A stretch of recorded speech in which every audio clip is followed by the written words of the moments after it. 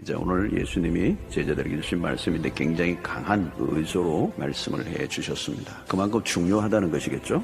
첫 번째는 누군가를 넘어지게 하는 일을 하지 말라는 거죠. 두 번째는 자기 자신이 스스로 걸려 넘어지는 일들이 없기를 바라는 말씀이고요. 세 번째는 본래의 목적을 잃어버리면 버려진다. 다 경고들인데요. 자, 오늘 이게 누구를 실족하게 하지 말라고 하셨습니까? 나를 믿는 이 작은 자들 중 하나. 그러니까 이것은 믿음의 공동체 안에 있는 사람, 아니면 믿음의 공동체 안에 들어올 수 있는 가능성이 있는 사람들을 말하는 것입니다. 왜 작은 자 하나를 실족하게 하는 일이 큰 죄인가? 그것은 성경 전반에 걸친 굉장히 중요한 관점인데요. 한 영혼의 가치 때문입니다. 성도 여러분, 먼저 믿는 자의 책임이 있습니다. 사람들은 성경을 읽고 하나님을 만난 게 아니고요, 예수를 믿는 사람들을 통해서 하나님을 만나요. 믿음 생활을 한 지 오래되었다면 어쩔 수 없이 영향을 주는 위치에 있다는 거죠. 그냥 무심코 하는 행동인데 초신자들이 굴러 넘어져 버립니다. 당신 때문에 나 교회 다니고 싶지 않다. 예수 믿고 싶지 않다. 예수가 싫어서가 아닙니다. 자신의 영혼은 물론 다른 사람의 영혼까지 지옥에 빠뜨리는 일을 한다는 것은 무서운 일이다. 주님의 이 경고를 가볍게 받아들여서는 안 된다는 것입니다.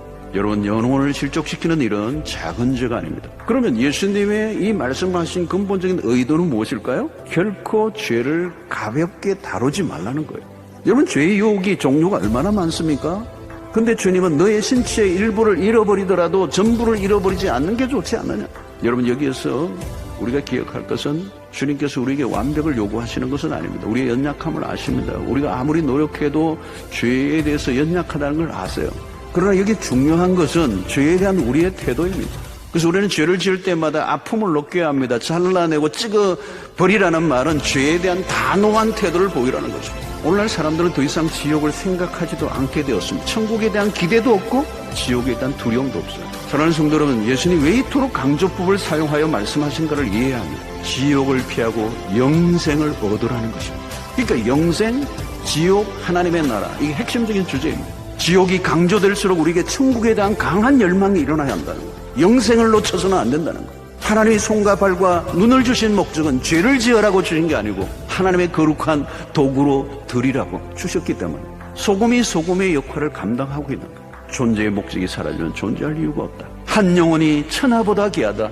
잃어버린 한 마리의 양을 찾아 나선 주님이 우리 하나님이세요. 우리 때문에 실족하는 것이 아니라 우리 때문에 예수 믿는 사람들이 많아져가는 믿음의 성도 여러분들 되시기를 주의 이름으로 축원합니다.